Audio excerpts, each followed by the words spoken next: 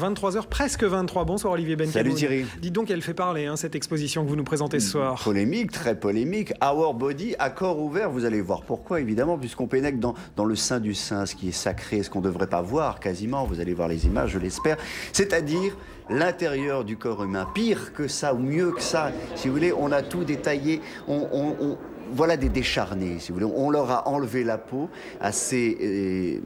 comment dire, spécimens, cadavres, puisqu'il s'agit d'hommes. Hein, c'est-à-dire qu'au départ, ce sont des vrais individus. Voilà, alors c'est ça qui fait la polémique, on en reparlera dans un instant. Un mot de la technique, ça s'appelle la plastination, précisément. Grosso modo, on a enlevé tout ce qu'il y avait comme fluide à l'intérieur du corps pour le remplacer par des polymères, par des plastiques. Les explications du professeur Olivier Gaget.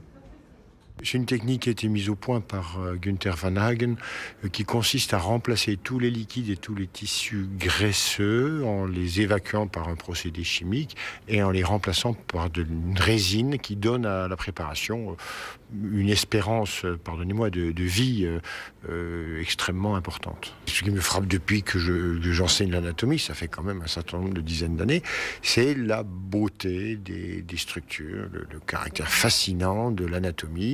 Alors c'est absolument fascinant de rentrer à l'intérieur des tissus, des faisceaux, etc. Il y a une dizaine ou une douzaine, un peu plus, de corps qui sont présentés, vous les avez vus, hein, dans des positions de la vie quotidienne, qui jouent au foot, qui font du vélo, qui jouent aux échecs. Et évidemment, c'est un homme qui a vu ça aux États-Unis, qui s'appelle Pascal Bernardin, qui est un spécialiste du spectacle, qui a produit les concerts de U2, de Police, etc., qui a vu ça, qui a dit il faut ça en France.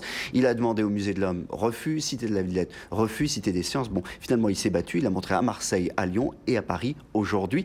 Polémique, on le disait, à propos des corps. D'où viennent ces corps? A priori de Chine, évidemment, et ce sont des gens qui en ont fait don à la médecine. C'est que tous les corps qu'on a dans l'exposition proviennent de dons d'hôpitaux, d'écoles de médecine chinoise à la Fondation. Donc ça, on n'a aucun doute là-dessous. Les vrais questionnements, ils reposent sur deux choses. Sur l'ampleur du travail qui est effectué et après sur le fait, est-ce qu'on peut faire une exposition commerciale qui touche comme ça de si près au corps? Est-ce qu'on peut le faire? Moi, je pensais que oui. Oui, je l'ai vu, j'ai trouvé ça extraordinaire. Et je pense qu'on fait même un travail que tous les écoliers de France devraient l'avoir. Alors, tout le monde devrait l'avoir. Quelques réactions, écoutez.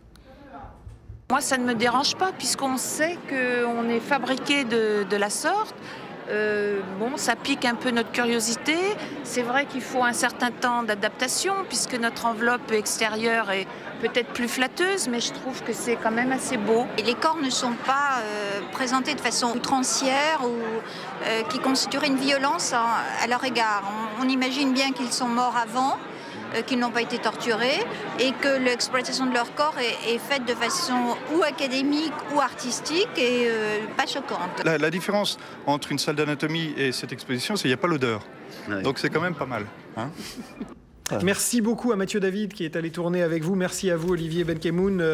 C'est une exposition d'ailleurs, je le signale, en partenariat avec iTélé qui ne résiste pas au plaisir de créer l'événement. Il est 23h26 dans un instant, nouveau journal complet avec Claire Elisabeth. Ce sera juste après la météo de Cyrielle Gallio.